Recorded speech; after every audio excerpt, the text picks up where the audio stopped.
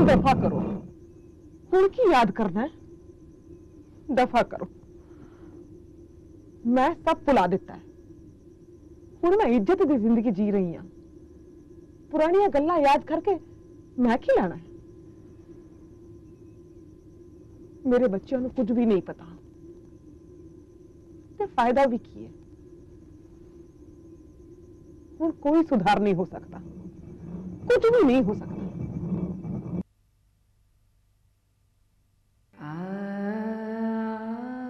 एक लकीर खींची गई, बंटवारा हुआ, दो मुल्क बने, हिंदुस्तान और पाकिस्तान। साथ ही मिला तारीख का वो काला पन्ना जिसमें छिपी थी हजारों बेगुनाहों की चीखें, मासूम बच्चों की खौफजदा मुर्दा आंखें, कमसिन लड़कियों के बेआबरू जिस्म, और जो बच पाए उनके दिलो दिमाग पर कभी न मिटने वाली वो लकीर जिसे बाद में सरहद का नाम दिया गया। फिर जन्म मिला हजारों कहानियों को, हर एक कहानी में छिपी एक कड़वाहट, एक सच्चाई। यादें अपनी झोपड़ी, अपनी जमीन की, दर्द अपने दोस्तों, अपने अजीजों का।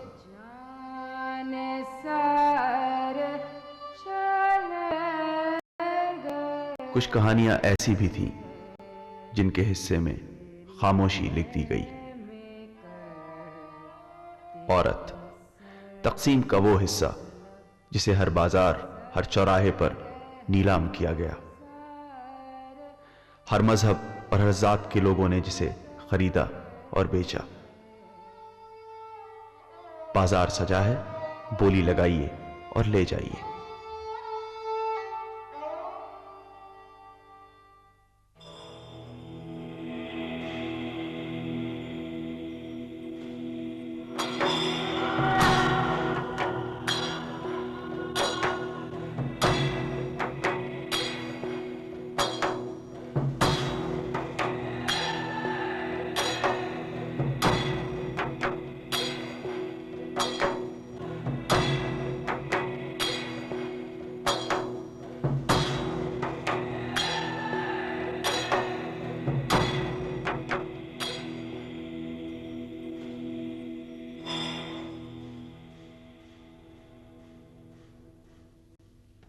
आप किस किस की बात करेंगे? औरतों की कहानी तो सब जगह एक ही है। होता ये था कि पुलिस वाले छोटे देहातों को खाली करके एक काफिले की शक्ल में कैंप को रवाना कर देते थे।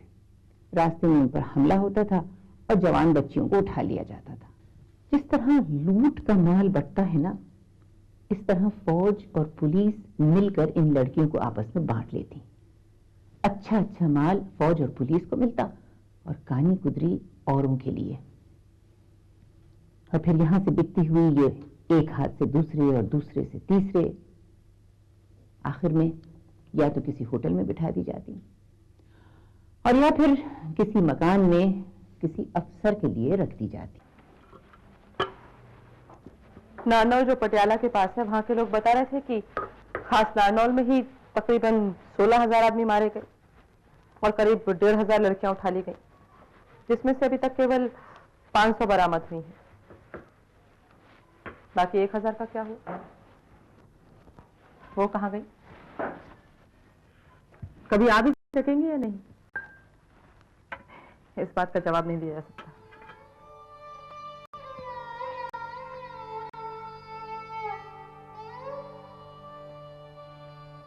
ये हमें जिनके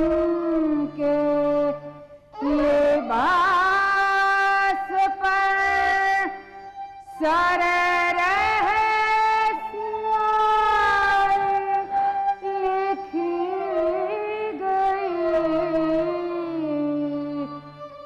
ये हमें जिनके लिबास सर लिखी गई।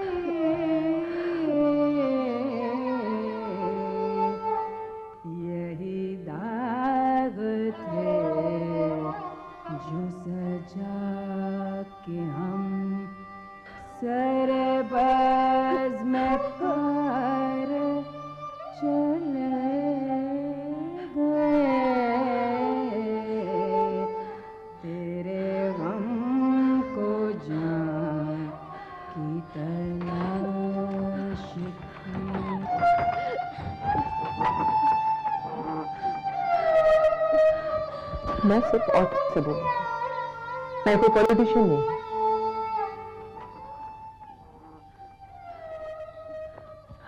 हमने भी कुछ कम नहीं किया। कितनी औरतों को हमने जबरदस्ती खरीदा, जबरदस्ती उठाया। जैसे लोग सेब और संतरे खरीदते हैं या गिफ्ट करते हैं ना, ऐसे हमने औरतों को बांटा है और बेचा है।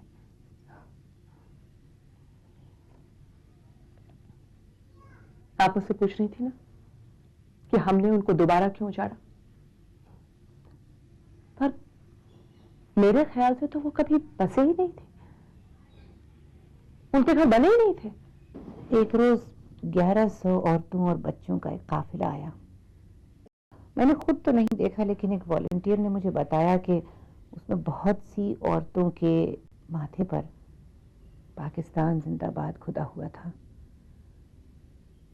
मैंने खुद सैकड़ों ऐसी लड़कियों को देखा है जिनके हाथों पर बदमाशों ने अपना नाम गुदा दिया था। यही नहीं, बल्कि गुनाह की तारीख तक लिखी हुई थी। पटियाला से आई एक लड़की ने मुझे अपना हाथ दिखाया जो उसने तेजाब से जला डाला था। बदनामी के दाग को मिटा देना चाहती थी वो।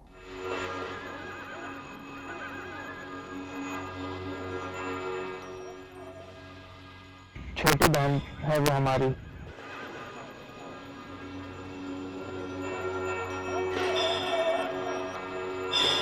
आखिरी बार उसे स्टेशन पर छोड़ा था हमने। हम कह गए थे हमारे हैं अभी वापस।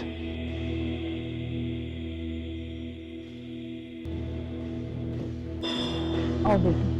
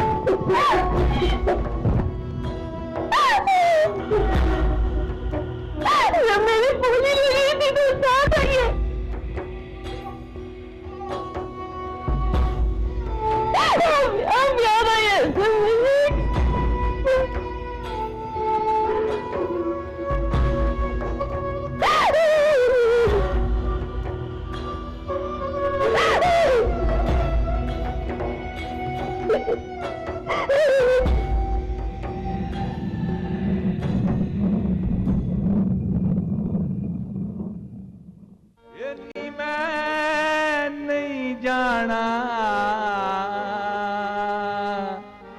खेड़िया दे नाल, मैं नहीं जाना खेड़िया दे नाल। ये दिल विच रांझे दा ख्याल वे,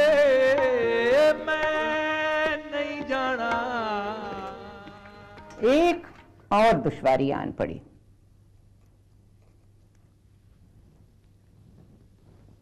उनमें से ज्यादातर लड़कियां वापस आना नहीं चाहती थीं। लोग दांत पीसते, कहते कि लानत है ऐसी बेटियों पर। अरे इस दिन के लिए तो लोग बेटों की दुआ करते हैं, बेटे जिंदगी का सहारा होते हैं। आज को हमारा बेटा होता तो उसके दिल में बदले की आग होती। लेकिन लड़कियां बेशर्म, बेहया, अपने माँ बाप के कातिलों के साथ ठहरती हैं।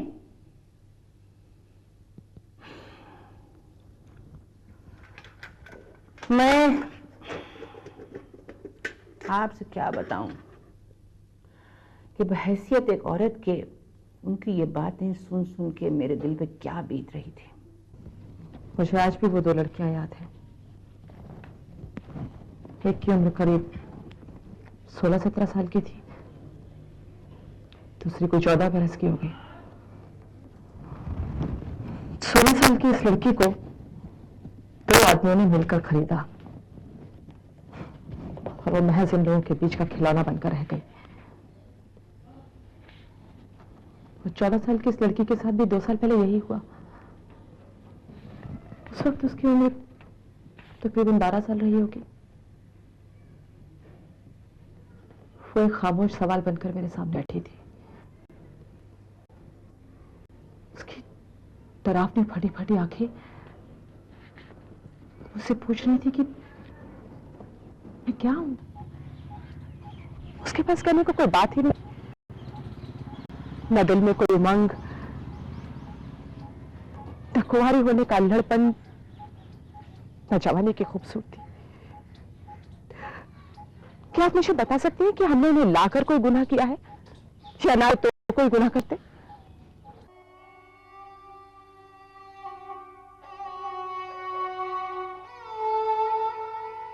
क्या मेरा जिस्म नहीं है कोई, या मेरी रूह की खामोशी से इतना खायफ है कि शल रहता है?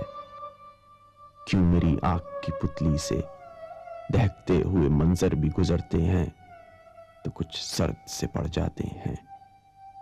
क्यों मेरी बात मेरे लहजे की नरमी से गुरेज़ां होकर अपना मफहूम बदल लेती है?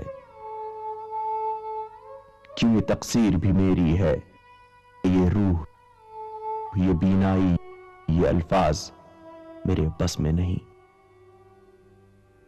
तुम्हें मालूम है वो बेखुदी का कैसा आलम था, मेरे होठों पे जलती पपड़ियां भी मुस्कुराती थी।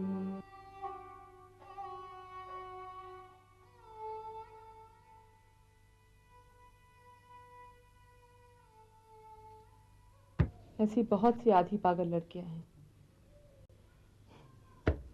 जो सिर्फ हंसती रहती हैं। शायद हम सब पर, इस मुल्क पर, कानून पर, मजहब पर, आजादी पर, क्या पता किस चीज पर हंसती है। मैं नहीं जाना खेड़ियां दे नाल, मैं नहीं जाना खेड़ियां दे नाल। ये दिल विच रांझे दा ख्याल वे, मैं नहीं जाना खेड़ियां दे नाल, मैं नहीं जाना खेड़ियां